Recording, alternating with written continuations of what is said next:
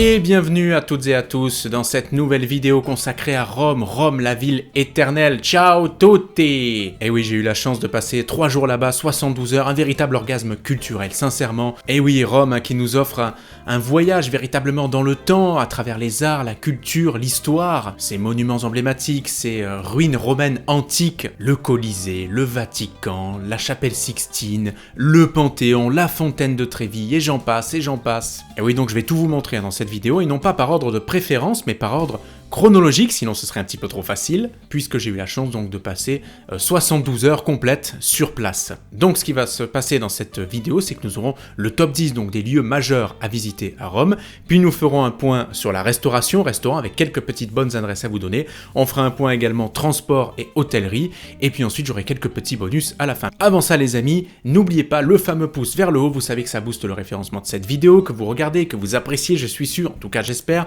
ça booste le référencement de la chaîne. Et puis le petit commentaire également pour me dire si vous êtes déjà allé à Rome, si vous aimeriez y aller, etc. Me donner votre avis sur la vidéo. Et puis l'abonnement bien entendu à la chaîne. Vous le savez que toutes et tous, vous êtes toujours les bienvenus. Merci à vous d'être de plus en plus nombreux à suivre cette chaîne. Et on commence tout de suite la visite avec la Piazza del Popolo, la place du peuple.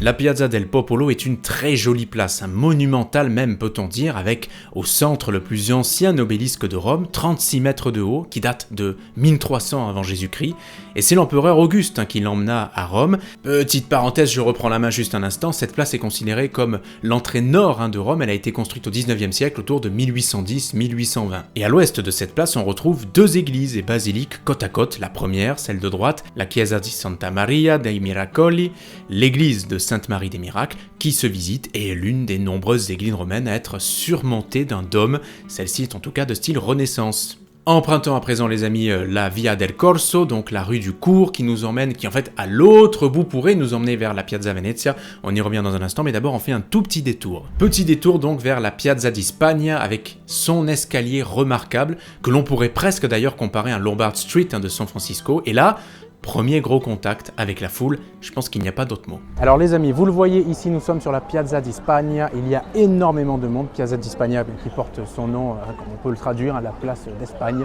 et donc qui en fait abrite le monument que vous voyez juste derrière moi, la Scalanita di Trinità dei Monti, et vous le voyez, les fleurs sont partout. Alors petite anecdote ici, vous n'avez pas le droit de boire et de manger, bien pour pas abîmer tout simplement le paysage, voilà, c'est ce qu'il faut savoir d'intéressant. Et vous le voyez, nous sommes en plein mois de mai, et il y a ici énormément de monde. Petit conseil à vous donner, si vraiment vous voulez faire la visite, venez plutôt en début de matinée, ce sera mieux. Et puis évitez le week-end aussi. En haut des 135 marches de l'escalier, on retrouve un autre obélisque égyptien, et si l'ambassade d'Espagne qui se trouvait à l'époque en bas des marches a donné son nom à la place, eh bien les marches ont elles été construites à la demande des Français, oui. La Fontana della Barcaccia, une fontaine bien mise en valeur par les nombreuses fleurs qui jonchent les lieux, fait aussi partie des particularités de cette place. Juste à côté, vous retrouverez la Villa Médicis, qui pour nous Français a une saveur toute particulière puisqu'elle accueille l'Académie de France à Rome. On y retrouve aujourd'hui des expositions et ces jardins sont plutôt célèbres et peuvent se visiter. Pour l'anecdote, Galilée y a séjourné et Napoléon l'a racheté pour y transférer l'Académie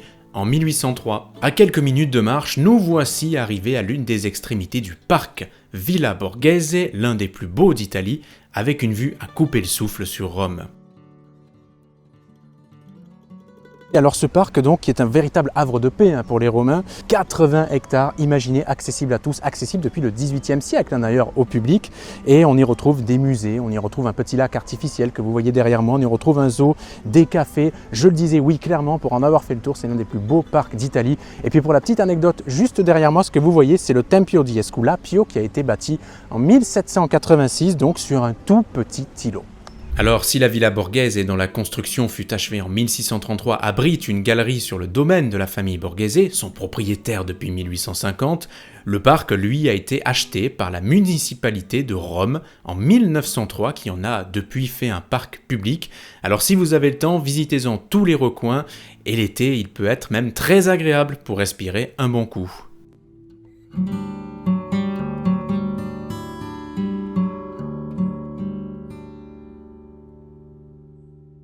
Après ce bon petit bol d'air, on se dirige davantage vers le sud de la ville et le quartier plus historique maintenant de Rome, et on fait face à la fontaine de Trévi, la mythique.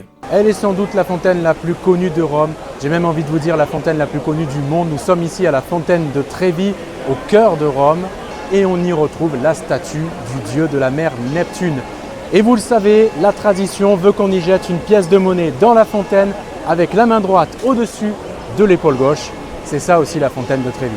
Cette fontaine de Trévi, majestueuse, a pour architecte Nicolas Salvi, qui l'a construite sur demande du pape Clément XII, et elle fut achevée en 1762. Cette fontaine de Trévi, elle atteint les 30 mètres de haut, et c'est vraiment un incontournable de Rome. Je pense qu'on peut facilement la classer dans le top 5. Pour les amateurs de 7e art, on a tous en tête la scène de Fellini dans la Dolce Vita, dans laquelle Anita Ekberg plonge dans la fontaine en robe du soir, avec cette tradition, je le disais, du jeter de pierre, qui doit bien se faire dans le sens que je viens de vous montrer, pour ensuite faire un vœu. Sans transition, chers amis, nous nous retrouvons sur la Piazza Venezia, un autre incontournable de Rome. Alors, la Piazza Venezia, oui, c'est une place, mais pas véritablement, c'est plus, on va dire, un carrefour, le carrefour qui permet à 3 grandes rues majeures de Rome de se rencontrer. Bon, le plus imposant sur cette Piazza Venezia, c'est évidemment le monument majestueux dédié à Victor Emmanuele II, Victor Emmanuel II, qui était le premier roi d'Italie. Ce bâtiment de marbre blanc est stratosphérique. J'ai rarement été aussi impressionné dans ma vie par un tel monument, je dois le dire. On le surnomme aussi l'hôtel de la patrie. Pourquoi ? Parce qu'y est enterré un soldat inconnu de la Première Guerre mondiale, un peu comme l'Arc de Triomphe à Paris. Et ici, vous voyez l'immense statue du roi Victor Emmanuel II de Savoie, haute de 12 mètres. Le monument est gratuit. Il nous donne un joli aperçu de Rome une fois arrivé en haut des marches, et puis depuis son autre face, on a aussi une splendide vue qui s'offre à nous sur le Colisée, le Forum romain. À l'intérieur, nous y retrouvons un musée, en partie gratuit, et vous pouvez accéder au sommet à l'aide d'un ascenseur de verre qui coûte assez cher. Concernant le monument, donc, vous pouvez le visiter depuis la Piazza Venezia, et ensuite, en sortant de l'autre côté, vous retomberez sur un autre monument, un autre lieu majeur de Rome, c'est le Capitole. Bon, on va pas se cacher qu'une fois qu'on a vu le monument dédié à Victor Emmanuel II, on est un peu moins impressionné. La place est beaucoup plus petite, évidemment, du Capitole, mais elle est ô combien importante, puisque c'est le centre de Rome, et ce depuis l'Antiquité. Petite anecdote d'ailleurs, regardez, sur le côté ouest du bâtiment, vous tomberez sur la jolie statue en bronze qui représente la louve, emblème de Rome, la louve qui allaite les 2 jumeaux Rémus et Romulus, les fondateurs légendaires de la cité. Bon, vous connaissez l'histoire, Rhea Silva qui a donné naissance aux jumeaux, eux-mêmes donc engendrés par Mars, le dieu de la guerre, mais une fois nés, ils s'en débarrassent, ils les jettent donc sur le Tibre, qui est le fleuve qui traverse Rome, et la louve les récupère, les allaite au mont Palatin. Et justement, les sans plus attendre, on se dirige vers le triptyque, c'est regroupé, je les ai regroupés ensemble évidemment parce qu'ils peuvent se visiter ensemble, je vous explique ça, Colisée, Forum romain et le Mont Palatin, c'est assez extraordinaire. En quelques mots, le Colisée était un lieu de divertissement, le Mont Palatin était un lieu de résidence des empereurs romains et le Forum romain était le centre politique, social, culturel et religieux de la Rome antique. Mais commençons par le Colisée. C'est l'une des 7 merveilles du monde, les amis, l'amphithéâtre de Rome, le Colisée. C'est le plus grand de sa catégorie de l'époque romaine. Et lorsque l'empereur Vespasien le fit construire, imaginez qu'il pouvait accueillir 65 000 spectateurs. Vous prenez une comparaison simple, c'est comme le stade Orange Vélodrome à Marseille. C'est assez fou, imaginez pour l'époque. Et sa construction aura duré 8 ans. 8 ans d'ailleurs. Il a ensuite été inauguré par l'empereur Titus avec, écoutez bien, 100 jours de jeux et de festivités pour l'époque. C'était assez exceptionnel.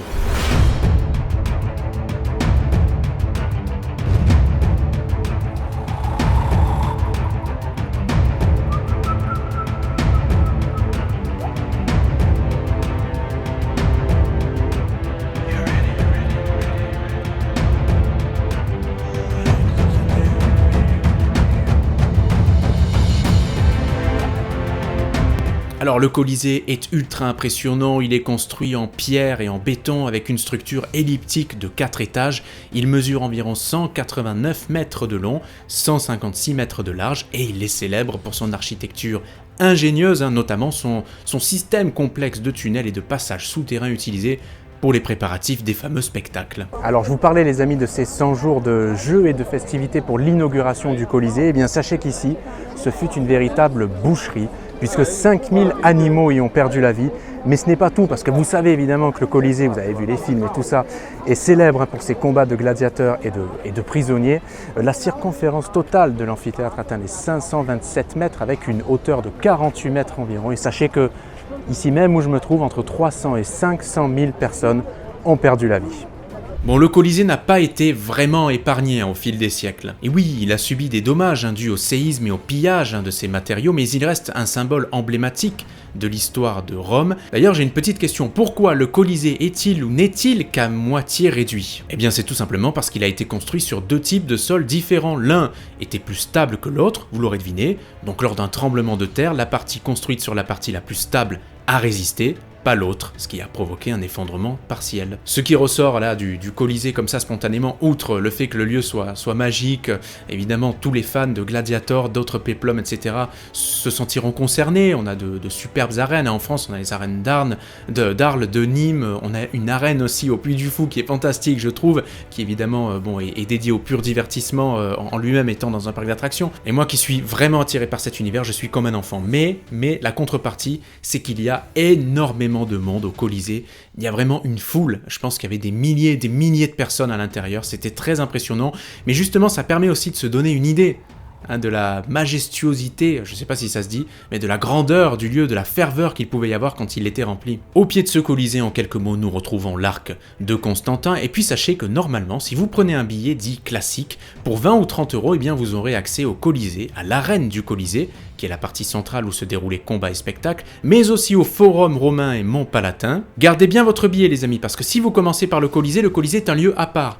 Et du coup, vous devrez recomposter votre billet si vous souhaitez faire le Forum romain et le Mont Palatin, qui eux peuvent se visiter ensemble. Donc voilà, mais sachez que généralement avec le même billet, vous pourrez visiter les trois lieux, mais si vous avez un billet papier, etc., ne le jetez pas. Bon, en théorie, vous avez tout sur les téléphones, etc. aujourd'hui quand même. Petite anecdote aussi, j'ai pas eu l'occasion de le faire parce que malheureusement, il n'y avait pas de place disponible, mais les souterrains du Colisée peuvent se visiter, ça peut valoir le coup, surtout la nuit, donc n'hésitez pas si vous le pouvez, mais prenez-vous-y en avance. Direction à présent le Mont Palatin, qui est l'une des 7 collines de Rome. Il abrite les ruines des palais impériaux, c'était le lieu de résidence des empereurs romains, et ces jardins luxuriants offraient une vue panoramique sur la ville. Aujourd'hui, il est possible de visiter les ruines des palais, de découvrir les vestiges de l'ancienne grandeur impériale.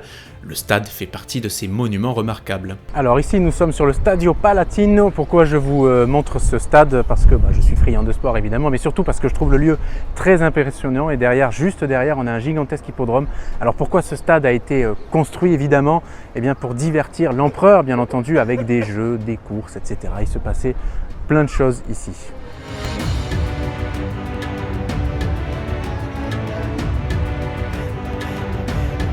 En ce qui concerne le Forum romain, c'était donc le centre culturel, politique, social et religieux de la Rome antique. C'était une vaste place publique entourée de temples, de basiliques et de bâtiments administratifs. Le Forum était un peu le cœur de la vie romaine où les citoyens se rencontraient, discutaient des affaires de la cité et assistaient aussi à des cérémonies religieuses, je le disais. Parmi les monuments et les vestiges à ne pas manquer, on peut évidemment évoquer le temple d'Antonin et Faustine construit par l'empereur à la mort de sa femme en 141 après Jésus-Christ, mais aussi le temple de César, dont il ne reste plus grand-chose, ou encore le Tempio di Vesta, le temple de Vesta, avec de majestueuses colonnes corinthiennes consacrées à la déesse du feu, et les vestiges de la Basilica Julia, qui fut détruite à plusieurs reprises.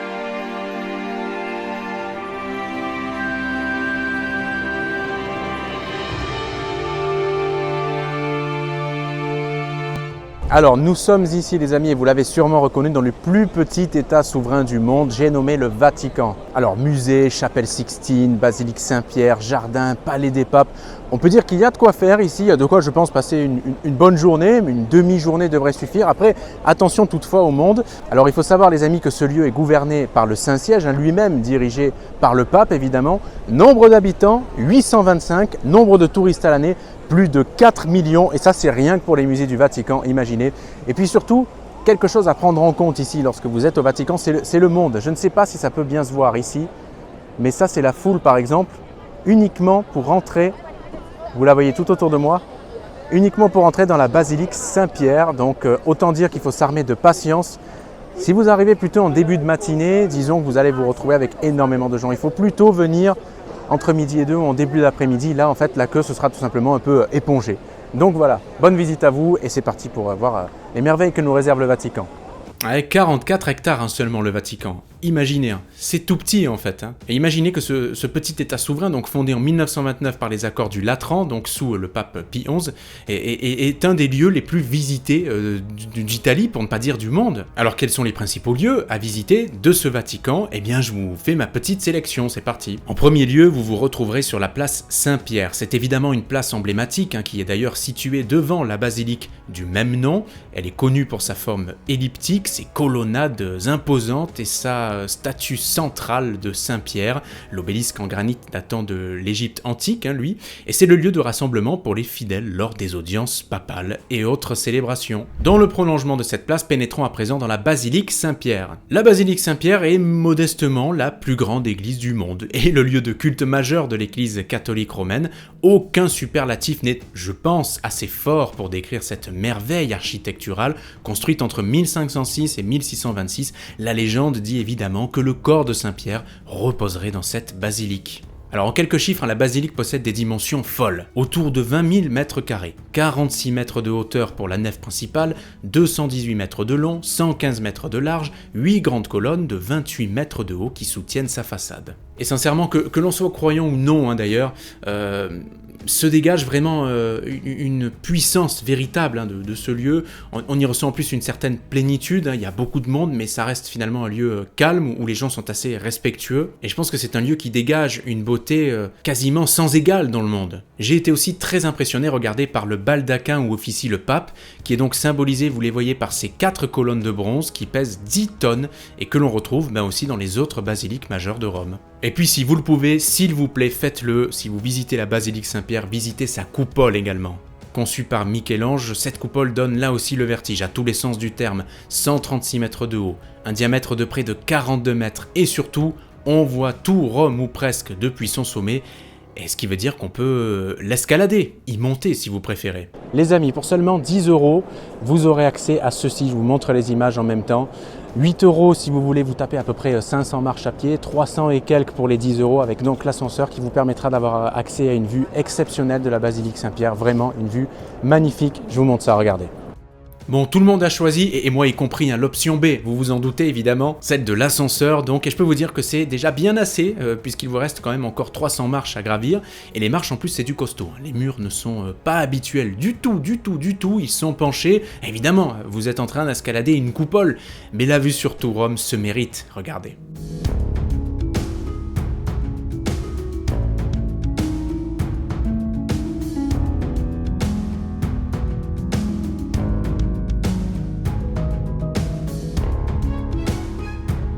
Petite précision, l'accès au Vatican n'est pas fermé, il se visite comme ça, il n'y a pas de fouille, etc. Vous pouvez accéder à la place Saint-Pierre, c'est gratuit. La basilique Saint-Pierre est toujours gratuite elle, mais par contre vous devrez passer par une fouille, soit en commençant par le musée du Vatican et ensuite en retombant dessus, soit en commençant directement par la basilique. Moi j'ai fait ce deuxième choix là, donc place Saint-Pierre, basilique, et j'ai fait le musée ensuite en dernier, et il y avait quand même une bonne heure d'attente, donc pensez-y. Et la fouille c'est comme à l'aéroport, c'est très sérieux. Je voulais souffler, mais il reste une dernière chose à visiter majeure dans ce Vatican, enfin 2 dernières choses, mais elles sont liées, elles se visitent ensemble, donc vous pouvez faire des visites guidées, groupées, ce que vous voulez, vous pouvez les visiter vous-même, mais une fois que vous achetez un billet donc pour le musée, les musées du Vatican, parce qu'il y a plusieurs musées regroupés en un, eh bien vous avez aussi accès à la symbolique, ô combien symbolique, chapelle Sixtine. Et là cette fois, oui je le redis, l'accès est payant. Il y a plusieurs parties donc dans ce musée, comme la galerie des cartes, une galerie longue et magnifique faite de cartes géographiques peintes représentant donc l'Italie, la Corse, d'autres régions. Vous apprécierez aussi la galerie des tapisseries flamandes italiennes du XVIe siècle et les nombreuses salles qui retracent l'histoire du Vatican et du christianisme avec de nombreuses œuvres d'art à mettre au crédit de Michel-Ange, Botticelli et autres. Et donc en point d'orgue de cette visite très fréquentée, je pense que le monde qu'il y avait au musée du Vatican ce jour-là, et c'est pas que ce jour-là, c'est quasiment tous les jours, c'est affolant parce que vous avez tous les groupes qui s'amassent, vous passez dans des salles qui sont assez petites, même si les plafonds sont très élevés, mais les gens peuvent pas s'empiler l'un au-dessus de l'autre, on sait pas encore faire ça, et c'est quand même par moments étouffant la visite, surtout, il n'y a pas de climatisation à l'intérieur, où elle est on ne peut plus légère parce qu'on ne veut pas abîmer les œuvres d'art, les tapisseries, les peintures, etc. Donc je pense qu'en plein été, moi j'y suis allé au mois de mai, il faisait déjà très chaud avec le monde, mais en plein été ça doit être une véritable fournaise. Pensez bien à vous aérer, à prendre de l'eau surtout, c'est autorisé à l'intérieur. Pénétrons à présent dans la chapelle Sixtine, enfin non, pas vraiment, je vous explique, mais c'est le pape Sixte IV qui l'avait commandée. Elle fut construite entre 1475 et 1481. Alors évidemment, elle est connue pour être le lieu où se tiennent les conclaves pour l'élection des papes. Vous savez comment ça fonctionne ? Fumée noire, ça nous prouve que le pape n'est pas encore élu. Fumée blanche, oui, le pape a été désigné et on connaîtra bientôt son identité. Ces cérémonies donc sont évidemment interdites au public et aux médias, mais il est tout à fait possible de visiter la chapelle Sixtine, même s'il est interdit de la prendre en photo et de la filmer. Oui, pourquoi ? Parce que ce lieu est évidemment sacré, il faut le protéger, et en plus il y a tellement de monde que si tout le monde sortait son appareil photo, etc., et en théorie, le Vatican veille et scrute donc tout ce qui se fait sur les réseaux sociaux, et si jamais il y a une image de la vraie chapelle Sixtine, une vidéo, etc., eh bien la vidéo est supprimée. Mais plusieurs grandes scènes sont décrites sur les fresques qui, elles, bien, peuvent être montrées en photo, la photo de la photo si vous préférez, une sorte de mise en abîme. Le plafond illustre donc les scènes de la Genèse, le jugement dernier, les parois latérales, elles, représentent des épisodes de l'Ancien Testament, avec d'un côté la vie de Moïse et de l'autre celle de Jésus. Bon, pour terminer sur le Vatican, si vous faites toute la visite, ça vous prendra, je pense, quasiment la journée, honnêtement. Si vous voulez profiter, vraiment tout voir comme il faut, ça vous prend la journée, ou au moins la demi-journée pour faire place Saint-Pierre, basilique Saint-Pierre, musée du Vatican et chapelle Sixtine.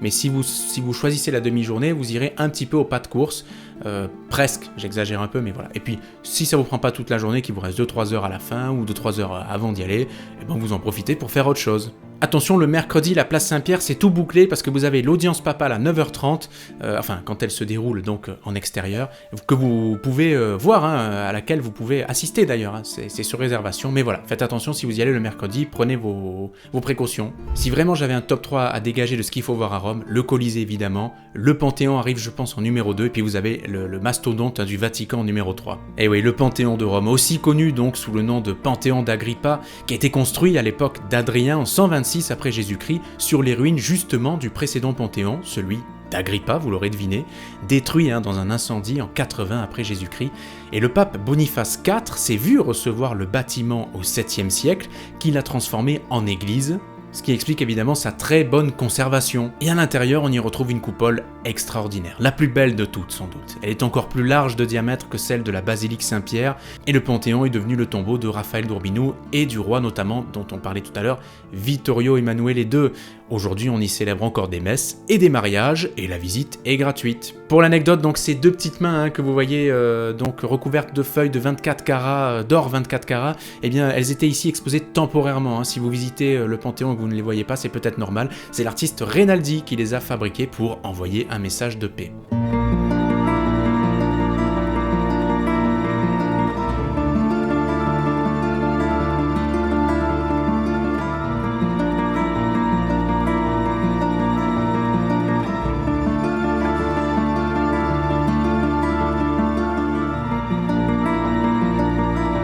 On approche de la fin les amis, il me restera 3 petits bonus à vous montrer. Là avant on va parler des restaurants, puis de transport et hôtels, mais en attendant n'hésitez pas, petit pouce vers le haut, commentaire sur la vidéo si vous l'appréciez, et puis l'abonnement à la chaîne si vous n'êtes pas déjà abonné, il y a plein de vidéos voyages en description, n'hésitez pas à aller voir. Donc un mot des restaurants, on mange plutôt bien à Rome, sincèrement, moins cher qu'en France, il faut le dire, ou alors si je compare aux États-Unis évidemment, là c'est le jour et la nuit, on va dire que c'est 10 à 20% en moyenne, moins cher en Italie qu'en France. Bon, vous payez votre bouteille d'eau, même si vous dites une bouteille d'eau, carafe d'eau, etc., on vous apportera une bouteille d'eau minérale, les eaux minérales italiennes qui sont très très bonnes d'ailleurs, et oui, bon, alors ça coûte entre, on va dire 2€, 2,50€ les 75 centilitres ou le litre, ça peut paraître cher, mais sincèrement, ce que vous dépensez là, vous le récupérez ensuite sur les plats, donc ça va, il n'y a pas péril dans la demeure. Et j'ai 4 adresses à vous conseiller. D'abord le Lirioni a Santi Quattro, qui est un petit restaurant sympa avec une jolie terrasse qui se situe donc près du Colisée, où vous pourrez manger de superbes pizzas pour pas trop cher et de très bons desserts aussi.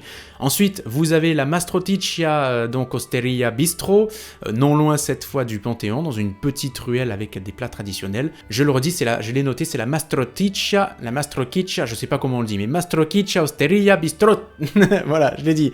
Et puis ensuite, un troisième lieu pour manger avant de passer au dessert, ça peut dépanner, c'est le Mercato Centrale, sorte de halle où vous pouvez commander à manger et déjeuner déjeuner sur place. Il y a de tout, hein. Il y a entrée, plat, dessert, etc. Donc vous pouvez manger sur place soit au rez-de-chaussée, soit à l'étage avec des tables qui sont un peu plus tranquilles. C'est assez convivial, c'est un poil bruyant, mais il y a de l'ambiance, ça parle italien, etc. C'est sympa quoi. Et puis ça peut être très pratique surtout, et là je fais la transition avec ce qui arrive dans un instant, si vous eh bien, devez ensuite prendre une navette pour rejoindre l'aéroport ou tout ça. Pour les desserts et les glaces, je vous conseille Mastrocono. S'il vous plaît, allez à Mastrocono. Alors c'est une chaîne, hein, il y en a plusieurs à Rome, il y en a je crois 3-4. Moi j'ai pu faire celui qui est situé non loin de la Piazza del Popolo, hein, sur la Via del Corso de mémoire. Et mon Dieu, j'ai mangé meilleur dessert et meilleure glace de ma vie. Enfin la glace pas vraiment, mais le dessert, j'ai pris un dessert à l'Oreo, ce que vous voyez en image, et c'est sans doute le meilleur dessert de ma vie. Goûtez un dessert ou une glace de Mastrocono. Côté transport, alors je n'ai pas eu l'occasion de tester les bus, parce que si vous me suivez un petit peu dans mes vidéos voyages, eh bien c'est soit le métro, soit à pied. Moi j'adore marcher, donc il n'y a aucun souci. Mais il a fallu par moment prendre le métro, je vous expliquerai pourquoi. Et alors le métro romain, il n'est pas tout récent, mais putain, il est incroyable. Au-delà du fait qu'il est régulier et ponctuel, dedans c'est rarement l'anarchie, les gens sont calmes, c'est sécurisé, vraiment bien safe hein, par rapport au métro parisien, marseillais ou autre. Et de façon générale, c'est même tout Rome hein, qui est plutôt sympa à visiter, sincèrement. J'avais lu un petit peu partout dans les guides, sur les blogs, etc. où on vous disait qu'en fait, sauf, attention, si tu mets ton portefeuille comme ça, que tu l'accroches avec un fil, etc., il y aura bien quelqu'un qui viendra te l'arracher. Mais si vous faites attention correctement, eh bien franchement, vous vous sentirez totalement en sécurité à Rome et il ne devrait rien vous y arriver, sauf catastrophe. Et je me suis jamais senti sous pression, quoi que ce soit, comme je peux me sentir parfois en pression dans ma propre ville, à Marseille, hein, selon où tu vas, à quelle heure, etc., ou à Paris, en région parisienne, tout ça. Non, franchement, et même le soir, à Rome, c'était ultra safe. Après, soyez prudents, ne fanfaronnez pas si vous croisez une bande, etc. Bon, voilà, faites attention. Mais normalement, c'est vraiment safe et ça, c'est un point super positif pour Rome. Côté transport, eh bien pour le transfert à l'aéroport de Rome ou dans Rome, alors le transfert avec une navette se fait donc de l'aéroport à la gare Roma Termini, qui est voilà, la gare, et puis dans le sens inverse pareil. Il y a un train aussi, mais il y est plus rarement, je vous conseille pas le train. Prenez donc la navette, il y en a plusieurs, hein. Le trajet dure entre 30 et 40-45 minutes max, ça coûte une dizaine d'euros je crois, c'est pas très cher, aller-retour en plus franchement. Donc voilà, prenez une navette, et puis si jamais vous avez une bagagerie dans la gare, vous avez une bagagerie juste en face également, je pourrais si vous voulez vous donner les coordonnées dans les commentaires, demandez-moi, une bagagerie qui est ils sont très sympas, donc n'hésitez pas. En ce qui concerne l'hôtel, en quelques mots, je vous conseille le Mama Shelter qui est à côté, qui est un peu au-dessus du Vatican en fait sur la carte, qui est plutôt raisonnable hein, si vous réservez en avance ou si vous passez par des sites comme showroom privé, voyage privé, etc. Il peut y avoir des offres intéressantes et c'est un hôtel qui est top, chambre impeccable, il est dans un quartier plutôt résidentiel donc c'est cool, vous croisez des vrais gens, de vrais Italiens, il y a la station de métro à 2 minutes max à pied, c'est très pratique, vous êtes à 15 minutes du centre-ville grand max, métro compris. Bon, avant de terminer cette vidéo, j'ai encore quelques petits monuments remarquables à vous montrer et on commence tout de suite par le Castel Sant'Angelo ou le château Saint-Ange de Rome, le Castel Sant'Angelo, donc qui se situe à quelques minutes à pied de la place Saint-Pierre du Vatican. Et il est aussi surnommé le mausolée d'Adrien puisqu'il fut à l'origine construit pour servir de tombeau à Adrien, empereur romain, en 139 après Jésus-Christ. Donc il a eu plusieurs fonctionnalités, hein. Il est devenu forteresse militaire, résidence papale, une prison même pendant la Renaissance, et aujourd'hui il sert de musée et se visite, mais pas tous les jours, attention, le lundi ce ne sera pas possible. Rapide coup d'œil sur la Piazza Novana, c'est l'une des plus célèbres place de Rome, célèbre pour son design baroque, ses 3 fontaines, dont la fontaine des 4 fleuves au centre, et surtout ses bars et cafés animés, ça peut être sympa pour la sortie. Ensuite vous avez la Basilica dei Santi Ambrogio e Carlo al Corso, bon c'est dur à dire, Saint-Ambroise et Saint-Charles du Corso, elle se situe donc sur la Via del Corso, à mi-chemin donc entre la Piazza del Popolo et la fontaine de Trévi, non loin de la Piazza di Spagna. Il a fallu 80 ans pour la construire et à l'intérieur on apprécie là aussi sa sublime coupole, l'une des plus imposantes de la ville. Allez, encore 2 petits bonus, hein, la Basilica Papale di Santa Maria Maggiore qui est la basilique pontificale Sainte-Marie majeure, quelques images de cette basilique une fois de plus extraordinaire qui se trouve à quelques dizaines de mètres à pied de la gare Roma Termini. Elle est l'une des 4 basiliques majeures de Rome et à l'intérieur, vous le voyez, eh bien on voit de nombreuses fresques mosaïques remarquables dont certaines sont encore d'origine. La nef est juste incroyable, immense encore une fois. Et puis sur la place de la République, en face de la gare, donc vous avez une autre basilique, la Santa Maria degli Angeli e dei Martiri, Sainte Marie des Anges et des Martyrs, saluons notamment son dôme de verre remarquable. Voilà chers amis, c'est la fin de cette vidéo, j'espère qu'elle vous aura plu, que vous l'aurez trouvée informative. Je vous ai vraiment fait découvrir les monuments en fait de façon chronologique, hein, comme je les ai découverts, mais mon top 3, je vous l'ai dit, c'est le Colisée, le Panthéon, et puis le Colisée, donc je comprends Forum Romain, Montpalatin ensemble, hein, évidemment, c'est tout pareil. Et ensuite, en troisième, le Vatican. Ça fait partie des 3 que vous ne devez absolument pas louper. Et puis ensuite, vous découvrirez d'autres trucs au fil de votre visite et tout ça. Et puis, il y aura d'autres choses aussi, à voir si un jour j'ai l'occasion de retourner à Rome. Je vous ferai des vidéos plus détaillées, notamment sur les restos, etc. etc. Voilà, si vous avez des questions, bon les amis, eh bien vous les posez en commentaire, je vous réponds volontiers. Le pouce, ne l'oubliez pas, c'est vraiment très important, j'insiste là-dessus. Le commentaire si vous voulez qu'on discute un petit peu, et puis l'abonnement à la chaîne. Je vous dis à très vite pour de nouvelles vidéos, que ce soit voyage, autre ou tout ça. N'oubliez pas la playlist également voyage, et je vous dis donc à tout bientôt. Faites attention à vous, bon courage si vous travaillez, profitez bien si vous êtes en vacances, et je vous embrasse. Ciao.